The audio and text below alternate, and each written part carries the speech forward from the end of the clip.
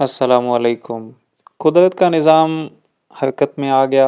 New Zealand ने अच्छा score किया, बॉलिंग भी अच्छी जा रही थी और रन रेट भी काफ़ी ऊपर जा चुका था, लेकिन फिर भी इंग्लैंड ने वो मैच पुल किया और जीत लिया।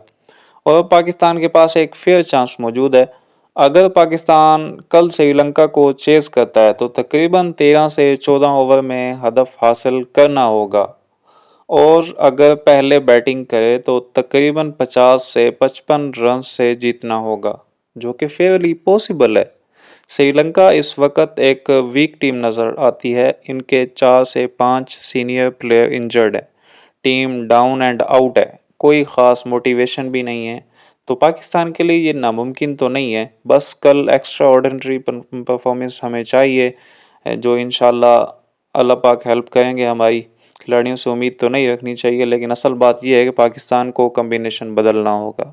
जो कम्बिनेशन इंग्लैंड के खिलाफ खेला गया, उससे ना 200 का टोटल बनना है और ना ही 13 ओवर में चेज़ हो सकता है। अगर कल रन रेट का गेम खेलना है तो अग्रेसिव अप्रोच लाना होगी।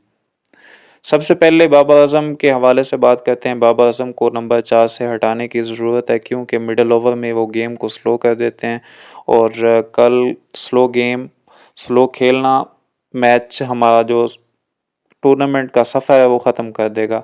अगर पाकिस्तान कल चेज़ कर रहा होगा तो नंबर 4 का किरदार फिनिशर जैसा होगा। वहाँ अटैकिंग बैट्समैन चाहिए हमें और वो ख्वाजा नाफे हो सकते हैं। इस पिच पर स्पिनर्स को मदद मिल रही है और बाबर आजम हालिया मैचेस में स्पिन के खिलाफ स्ट्रगल कर रहे हैं। इस ख़ास सिचुएशन में शायद उन्हें बिठाना टीम के मफाद में हो। अब बात करते हैं साइम अयूब की। मसला ये है कि स्क्वाड में सिर्फ एक रिज़र्व बैट्समैन है और वो ख्वाजा नाफे हैं। अगर बाबर और साइम दोनों को निकाल दिया जाए तो फिर दूसरा बैट्समैन कौन होगा ख्वाजा नाफे के अलावा। इसलिए लगता है कि साइम अयूब अपनी जगह बचाने में कामयाब हो जाएंगे। अगर रन रेट का दबाव ना होता तो शायद बॉलिंग ऑप्शन बढ़ाया जाता, लेकिन कल तेज़ रन दरकार होंगे, इसलिए बैटिंग लाइनअप लंबी रखना ज़रूरी होगा। अब आते हैं एक बहुत अहम तब्दीली की तरफ। फ़हीम अशरफ की वापसी हो सकती है। फ़हीम अशरफ को मोहम्मद नवाज़ की जगह टीम में लाना चाहिए। मोहम्मद नवाज़ ना बैटिंग में कंट्रीब्यूट कर रहा है और ना बॉलिंग में ख़ास इम्पैक्ट दे रहे हैं। लास्ट मैच में उन्होंने आखिर में विकेट्स ली, लेकिन जब अगर 13 ओवर में चेज़ करना है या 55 रन से जीतना है तो लोअर ऑर्डर से 15-20 रन्स भी इंतहाई अहम होंगे। फ़हीम अशरफ पावर हिटिंग कर सकते हैं, प्रेशर में रन्स भी निकाल के दे सकते हैं, मीडियम पेस ऑप्शन भी देते हैं। टीम बैलेंस के लिए भी बहुत ज़रूरी है। जब आपके पास पहले ही शादाब खान, आगा और दीगर स्पिन ऑप्शन मौजूद है तो मोहम्मद नवाज़ को खिलाने की ज़रूरत कम पड़ेगी। शादाब खान अगरचे बॉलिंग में स्ट्रगल करते हैं, लेकिन बैटिंग में और फील्डिंग में नवाज़ से बेहतर कंट्रीब्यूट कर रहे हैं। इसीलिए शादाब खान को रखना और नवाज़ को रेस्ट देना ज़्यादा मंतकी फ़ैसला होगा इस मैच के लिए। अब एक और अहम पॉइंट, नसीम शाह को शामिल किया जाए।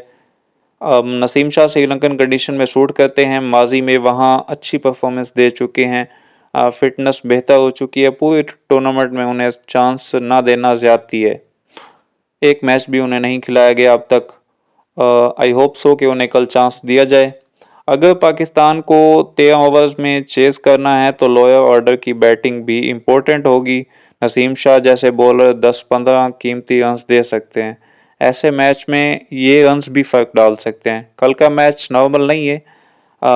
ये या तो सब कुछ होगा या कुछ भी नहीं। अगर पाकिस्तान ने बोल्ड फैसले किए, अग्रेसिव अप्रोच अपनाई, अग्रेसिव होके खेले और पूरे पोटेंशियल से पाकिस्तान खेला तो सेमीफाइनल का दरवाज़ा अभी भी खुला है। अब देखना ये होगा कि टीम मैनेजमेंट बड़े फैसले करने की हिम्मत रखती है या नहीं।